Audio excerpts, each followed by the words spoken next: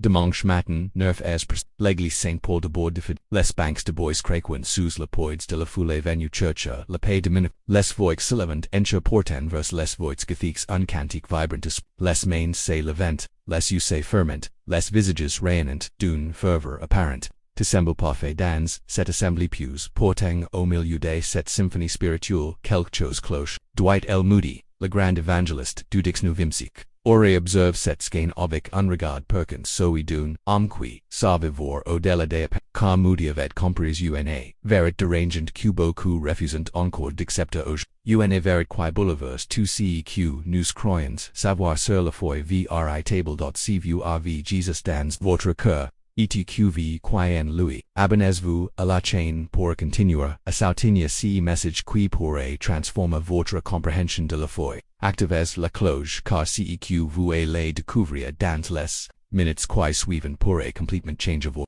relations avec Moody raconter l'histoire d'une jeune femme qui venait fidèlement aux réunions des rêves. Elle chantait plus fort que les autres priates l'âmes dans les yeux, levait les mains au ciel avec une passion débordante. Tous l'admirent pour sa dévotion mais un jour cette même femme a croisé Moody dans la rue et lui a craqué au visage en lance que s'était-il passe. Comment une personne si plus la dimanche pouvait-elle manifester une telle haine le mardi. Cette anecdote révèle une réalité troublante. Que Moody avait identifié dans ses 40 années de ministre. Il avait remarqué que les églises se remplaçaient que les cultes attirant des foules immenses, que les cantiques résonnant avec force dans tous les sanctuaires, mais il avait aussi observé que cette ferveur religieuse ne se traduisait pas toujours par une transformation authentique du cœur. Bien au contraire la différence entre état dans l'église et état de l'église des Moody, c'est la même différence qu'entre état dans un garage et état une automobile. Cette comparaison peut sembler simple, mais elle touche au cœur d'un problème spirituel majeur qui affecte des millions de personnes aujourd'hui encore. Regardez autour de vous. Observez ces visages consenters, ces bouches qui murmurent des prières, ces corps qui s'inclinent avec respect. Combien parmi eux vivent réellement ce qu'ils professent? Combien ont établi une connexion authentique avec le Christ qu'ils prétendent servir? Et surtout êtes-vous certain d'être vous-même dans la bonne catégorie? Moody avait développé ce qu'il appelait le test du lundi matin. Il affirmait que la véritable mesure de la foi d'une personne ne se trouvait pas dans son comportement du dimanche, mais dans ses actions du lundi, du mardi, du mercredi. Si votre christianisme ne fonctionne pas, votre travail déclaré-il ne fonctionne nulle part. Cette affirmation percutante nous amène à une question dérangeante. Jesus, lui-même dans l'évangile de Jean au chapitre 15 utilise l'image de la vin pour expliquer la nature de notre relation avec lui. Il dit, je suis le cep, vous êtes les sarments. Celui qui demeure en moi et en qui je demeure porte beaucoup de fruits, car sans moi vous ne pouvez rien faire. Mais voici ceq Moody avait compris et que beaucoup ignorant encore. Il existe une différence cruciale entre être attaché la vie et être simplement pose contre elle. Un sarment, patacha, le cep être en contact avec lui, même semble faire partie de l'ensemble. Sans pour autant recevoir le sève qui donne la vie. Cette métaphore révèle une vérité spirituelle. Combien de personnes aujourd'hui sont simplement passives contre Jesus sans être véritablement greffées en lui? Elles fréquentent les mêmes lieux, utilisant le même vocabulaire, participant aux mêmes rituels, mais ne recueillent pas la vie divine qui transforme. Elles single quotes int acute rieur. Moody avait identifié les signes révélateurs de cette fausse connexion. La première symptôme l'absence de fruits durables. If ces personnes peuvent manifester des émotions religieuses intenses pluripendant les cantiques s'émouvoir lors des prédications mais leur caractère reste. Elles colportent les mêmes médisances, nourrissant les mêmes rangs, cédant aux mêmes tentations, semaine après semaine, année après année. Le deuxième signe que Moody avait observé était encore plus troublant. L'incapacité à pardonner sincèrement. Ces fidèles du dimanche pouvaient reciter la notre Père avec conviction, demander de Dieu de leur pardonner comme ils les pardonnent à ceux qui les ont offensés, mais dès le lundi matin ils ressaisissent leurs griefs, alimentant leurs ressentiment, planifiant même parfois leur vengeance, comment pon prétendre avoir reçu le pardon divin. Questionner Moody, si l'on refuse de l'accorder à son prochain. Cette contradiction révèle un que qui n'a pas été véritablement touché. par la grâce, car celui qui expérimente la miséricorde infinie de Dieu n'est pas que déborde de compassion envers les autres, c'est une loi spirituelle certain que, la loi de la grâce, quand cette compassion est absente, c'est que la connexion avec la source divine est différente. Moody racontait l'histoire d'un homme de fer respect qui dirigeait le chœur de son église chaque dimanche, essaie voix puissanti guarder l'assemblée dans la louange et tous l'admirant pour essaie pete exemple, mais ce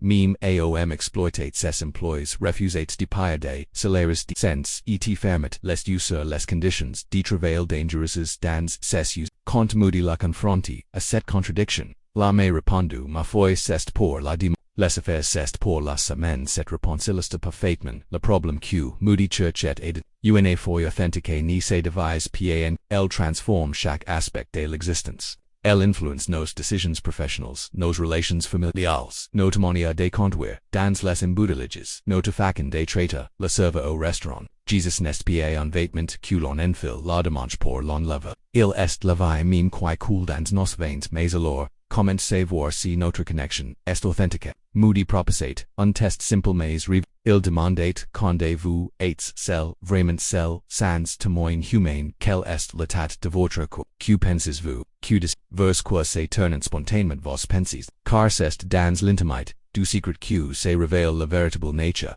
de notre relation avec Dieu nous personne. Véritablement, connecté, Christ éprouve une soif naturelle de sa présence. Elle n'y prie pas seulement parce qu'il faut prier, mais parce qu'il a besoin de cette communion comme les oeufs, a besoin d'offrir. Elle n'y lit pas la Bible par obligation religieuse, mais parce que ses paroles nourrissent son affamé de vérité. Prenez un moment pour réfléchir honnêtement à votre propre expérience. Si vous reconnaissez ces signes dans votre vie, lisez un commentaire en partageant un comment cette vérité vous votre témoignage pourra encourager d'autres personnes qui vivent la même questionnement spirituel. Moody avait également observe un troisième symptôme de la fausse connexion, l'absence de croissance. Ces personnes restent spirituellement au même niveau et elles connaissent les mêmes versets, répétent les mêmes prières, manifestent les mêmes réactions. Aucune profondeur nouvelle, aucune maturité croissante, aucune sagesse. Elles tournent en rond dans un cercle religieux. Ste acute-rial.org. Jesus a promis que ceux qui demeurent en lui porteront beaucoup de fruit. Ce fruit ni se limite pao, conversions, ouo, miracles spectacles. Il inclut le développement du caractère, l'approfondissement de la sagesse, l'aiguisement de la compassion, l'affirmissement de la foi. Une vie connectée à Christ est une vie en mouvement constant vers la maturité spirituelle. Cette croissance ne dépend pas de nos efforts personnels ou de notre vol. Elle résulte naturellement de la sève divine qui circule en nous, tout comme un arbre sain produit des fruits sans effort conscient. Un chrétien authentique manifeste les qualités du Christ par le simple fait qu'il est branché sur la source de vie, mais voici qui trouble. Moody estimate qu'une majorité des personnes qui fréquentent les églises de son époque vivent dans cette illusion spirit. Elles croyant sincèrement être sauvées, se considérant comme de bons chrétiens, et orient et chaque qu'on remet en question leur relation avec Dieu. Leur vie quotidienne démontrate l'absence de cette connexion vitale. Cette réalité nous confronte à une question terrifiante et si nous faisons partie de cette catégorie sans le savoir, et si notre assurance spirituelle repose sur des fondations de sable. Moody lui-même avait vécu cette expérience pendant des années. Il l'avait précis avec conviction. Organise des campagnes d'évangélisation, vu des centaines de personnes se convertir sous son ministère. Pourtant il s'est rendu compte, à un moment dans qu'il n'avait jamais fait l'expérience personnelle de la naissance dont il parlait. Souvent.cet. Découvert le plonge dans une crise spirituelle profonde.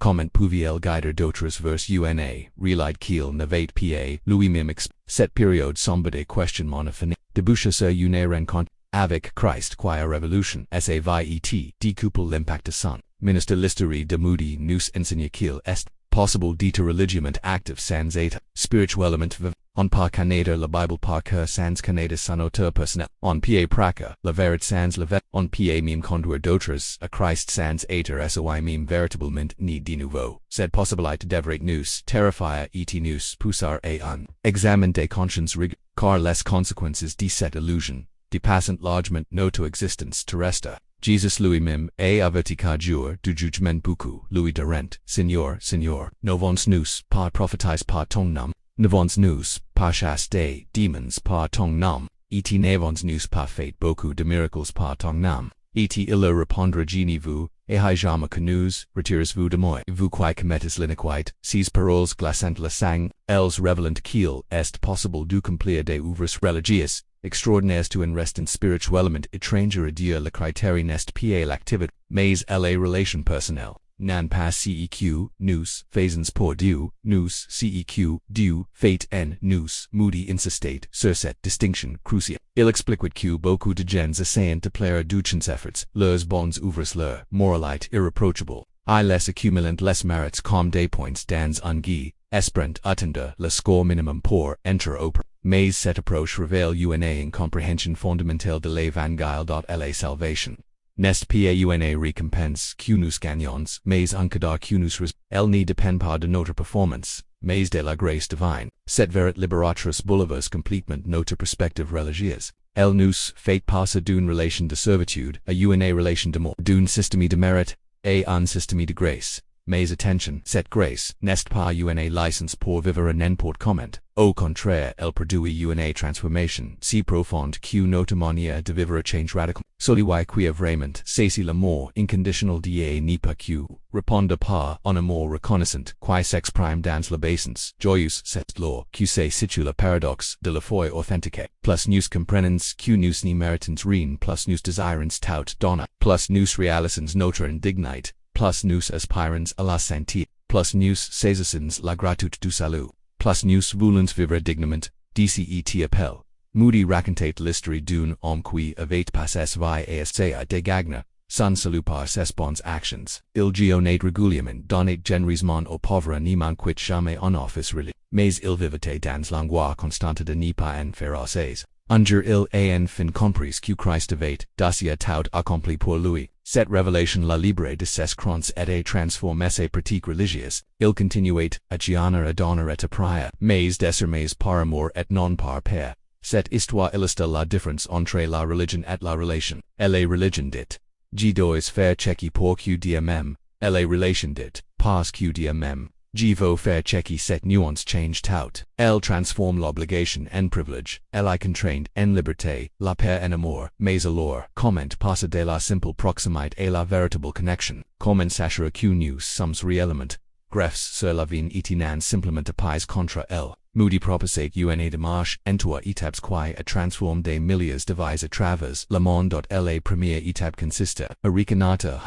notre état spirituel véritable. Cela demande un courage extraordinaire car il faut abandonner nos illusions rassurantes et affronter la réalité de notre. Moody encouraged ses auditeurs à prier cette prière dangereuse. Seigneur, montrez-moi qui je suis, remonte devant toi sans masque, sans artifice, sans excuse. Cette prière peut bouleverser une existence entière. Elle invite le Saint-Esprit à éclairer les recoins cachés de notre âme, et révéler nos motivations secrètes, et exposer nos hypocrisies. Beaucoup préfèrent éviter cette introspection spirituelle car elle peut révéler des vérités, mais c'est le prix à payer pour accéder à elle single quotes authentique et acute. Moody le même témoignage de l'impact de cette révélation dans ses propres vies. Il raconte qu'un jour, dans la solitude de son bureau, il a demandé à Dieu de lui montrer son cœur tel qu'il était. La vision qu'il a le horrifie. Il a découvert des motifs d'orgueil où il croyait voir des traces de goise dans ses actions les plus généreuses, des résides de haine dans ce qu'il pensait être de l'amour. Cette expérience traumatisante est devenue le fondement d'une authenticité, car on n'est pas pagaria d'une maladie qu'on refuse de diagnostiquer. On n'est pas résoudre un problème qu'on nie. La première étape vers une relation authentique avec Dieu passe nécessairement par une reconnaissance lucide de notre besoin. La étape implique un abandon total de nos efforts personnels pour nous sauver nous faire à l'encontre de tous nos instincts. Nous préférons garder un certain contrôle, contribuer à notre salut, mériter en partie notre rédemption. Mais Moody insistait à la fait que cette attitude révèle encore de l'eau. Spirituel. Il compare cette situation à celle d'une qui se noie et refuse les secours con lui ten pas qu'il veut démontrer ses capaces de nager. Cette fiat mal placée per lui coûte la vie, de même celui qui veut ajouter ses mérites à l'œuvre parfaite de Christ risqué de passer à quitte du salut, par excès de confiance en lui-même. l'abandon dont parle Moody n'est pas résisté, mais une capitulation intelligente, c'est reconnaître que nous sommes dépassés par le problème du péché, et accepter la l'aide divine avec gratitude. C'est de lutter contre Dieu pour commencer à couper avec lui. Cette capitulation spirituelle produit un soulagement extraordinaire, celui qui apporte le fardeau de son salut pendant des années de couve soudain l'allégride de la grâce. Il comprend enfin ce que Jésus voulait dire quand il a déclaré, venez à moi vous tous qui êtes fatigués et chargés, et vous donnerai du repos. La troisième étape consiste à faire confiance uniquement à Christ pour notre réconciliation avec Dieu. Cette confiance n'est pas un sentiment, mais une décision. Elle ne dépend pas de nos émotions du moment, mais de notre volonté. Moody expliquait que faire confiance à Christ, c'est comme si asseoir sur une chaise on n'y passe pas des airs et analyser la solidité du monde. On se soit simplement ici. Cette analogie simple révèle une vérité profonde. La foi authentique n'est pas une accumulation de preuves intellectuelles mais un acte de confiance personnelle. On peut étudier la Bible pendant des mémoriser des sentences diverses, maîtriser la théologie, la philosophie, et pourtant manque cette remise de soi personnelle et définitive. Entre les mains du Sauveur, Moody l'histoire d'un professeur de théologie qui connaissait parfaitement toutes les doctrines chrétiennes mais qui n'avait jamais fait personnellement confiance à Christ. Un jour dans un moment de tristesse savante, théologien s'est agenouillé dans son bureau et pris avec la simplicité d'un enfant. Jésus, je ne comprends pas tout, mais je t'ai fait confiance pour me. Sauveur, cette prière en a accompli ce que toutes ses connaissances académiques n'avaient pu, acute à l'SER.CETTE transformation authentique produite.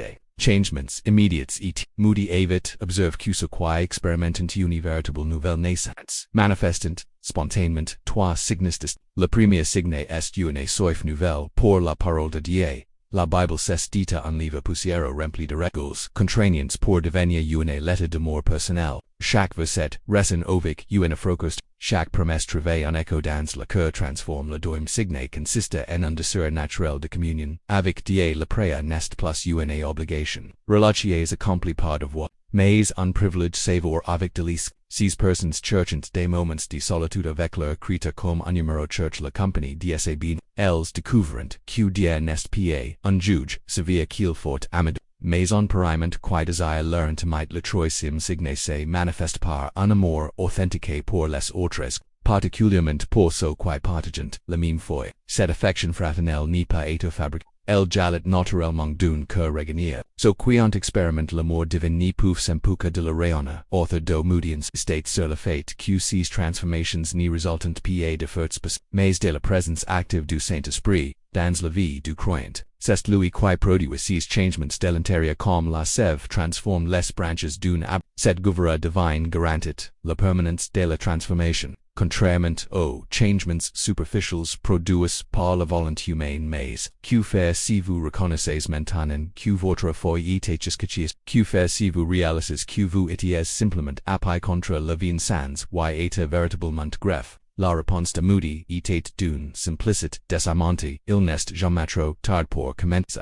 Authentique.peu importe depuis combien d'années vous fréquentez l'église. Pev importe les responsabilités religieuses que vous exercez. Pev importe la réputation spirituelle que vous avez. Dieu vous invite aujourd'hui même à abandonner vos prétentions religieuses pour embrasser sa grâce transformatrice. Cette invitation ne concerne pas seulement les pécheurs notoires, mais aussi les saints respectables qui ont construit leur assurance sur leurs performances plutôt que sur Christ. Moody proposait une prière simple pour ceux qui désirent cette connexion authentique. Seigneur Jésus, je reconnais que j'ai vécu dans l'illusion spirituelle. J'ai cru pouvoir mériter ton amour par mes efforts. Aujourd'hui, j'abandonne cette prétention. Je place ma confiance uniquement en toi pour mon salut. Je t'invite à prendre le contrôle de ma vie et me transformer selon ta volonté. Amen. Cette prière prononcée avec sincérité et le pouvoir de révolutionner une existence entière. Elle ouvre la porte à une relation authentique avec Dieu basée non sur nos mérites mais sur sa grâce.